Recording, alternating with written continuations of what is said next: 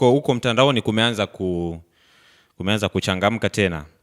Jana tulishuhudia wekundu wa Msimbazi Simba wakitambulisha ama wakitoa taarifa kuhusiana na mchezaji Selemani Mwalimu ama Sele Gomez kwamba amesinya tena na ataendelea kuwatumikia wekundu wa Msimbazi kwa mkopo, bado akiwa ni mali ya Wydad Athletic Club ama Wydad Casablanca, na Selemani ataendelea kubakia kwenye viunga vya wekundu wa Msimbazi.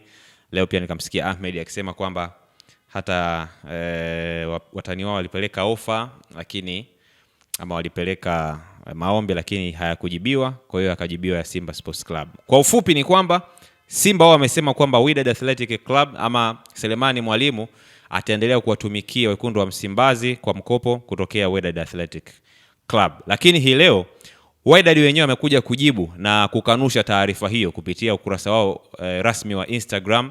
Wameandika taarifa pale ambayo imeandikwa kwa lugha ya Kiarabu, lakini kwa msaada wa Google Translator na itranslate kwa lugha ya Kiswahili ili tupate wote kuelewa ni nini ambacho Wydad wamekiandika ama wanakimaanisha.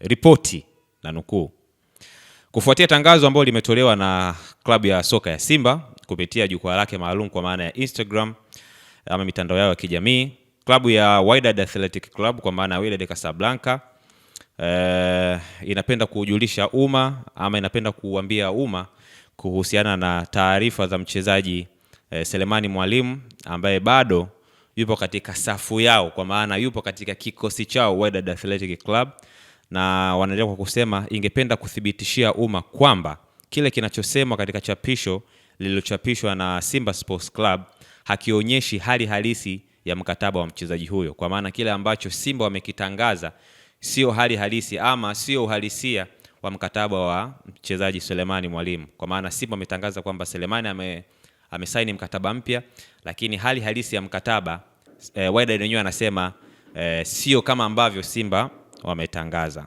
Wanaendelea kwa kusema klabu ya Wydad Athletic Club inathibitisha kwamba haijasaini mkataba wowote wa mkopo au uhamisho wa muda kuhusiana na mchezaji Selemani Mwalimu, na kwamba hakuna makubaliano kama hayo kati ya vilabu hivi viwili kwa maana Simba na Wydad Casablanca. Wanaendelea kwa kusema klabu pia inasisitiza kwamba mchezaji huyo ana mkataba halali na Wydad na kwamba yeye ni sehemu ya mradi wa timu, kwani wafanyakazi wa ufundi wanamtegemea katika hatua inayofuata na atarudi kwenye safu ya timu kulingana na mpango uliowekwa na usimamizi wa michezo.